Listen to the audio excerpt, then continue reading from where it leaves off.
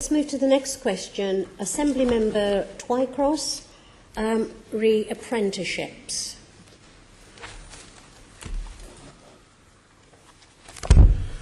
Thanks, Fiona. It's very important that apprenticeships should be of a high quality, and they are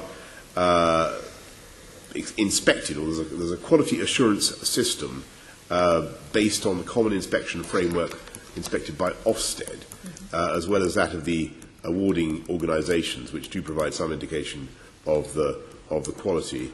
I think there are other steps that the government is taking to protect the term apprenticeship through legislation and to prevent the term from being applied to courses that don't meet the quality criteria that the government has approved for apprenticeships.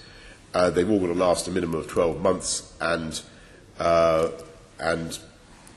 deliver a recognised series of skills. I think the proof of the pudding, though, irrespective of all the quality control, is in the eating. I think 80% of the apprentices we have helped into apprenticeships have gone on to get jobs, and that's the real test. The real test is probably whether they get skilled jobs that pay them enough to get by. But well, hang on. Can I just hold you up there, because I've heard about Ofsted, because Ofsted's report. I mean, I was pleased you mentioned Ofsted, because I think it's quite critical of the quality of many apprenticeships in its report being published this week. And more than half the apprenticeships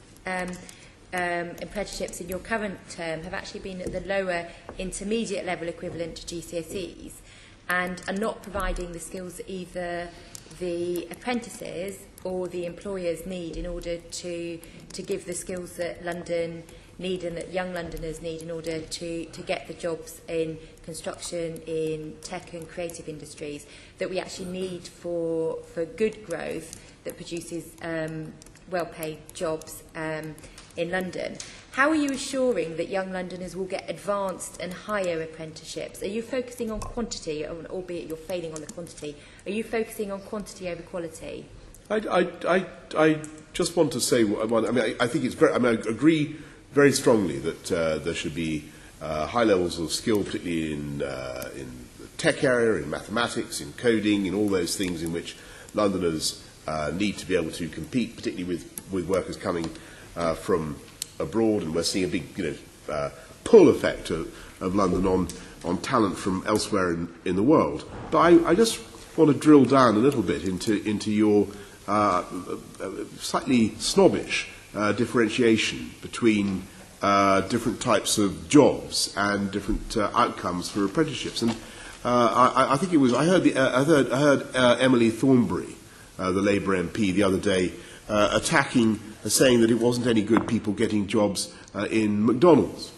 And she didn't want to see apprentices. With respect, that's not what that, with respect, I hope that wasn't what you're saying. Because no, that isn't what I'm saying. And what I'm saying is that if somebody is branding a job that somebody else would be doing at a higher rate of pay, which counts for some of the jobs that people are getting in warehouses on the apprentice level of pay, which, as you know, is much lower than the normal level of pay. If it is essentially the same job that is not equipping them for the type of skilled work that they would be capable of, then that is not actually an apprenticeship.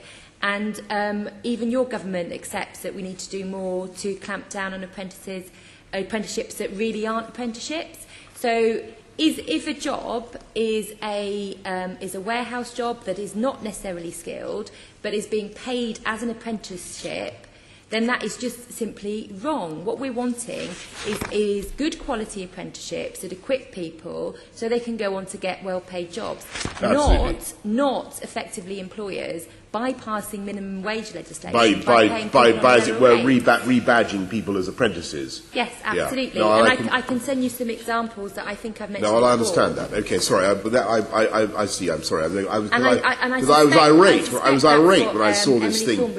I was irate when I saw this point because it just is so damaging to the London economy and to people's hopes. I mean, if you dismiss huge categories of employment in catering or in retail as being somehow not, dignified enough and not successful. What on earth are we saying to our young people? What are we saying to our young people? Apprenticeships, though.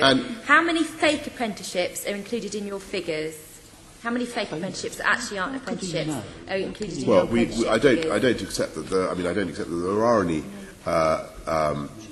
fake, as you put it, apprenticeships. We've done a huge number of apprenticeships since I came in. Well, I you've think done about half of your 220,000. target. But you will appreciate, Fiona, that one of the difficulties we've had is that there's been a colossal increase in employment in London, and you've got people who are not in education, employment or training now down at the lowest level for 25 years. So the primary success has been to get young people actually into work in a way that, we haven't often achieved in this city.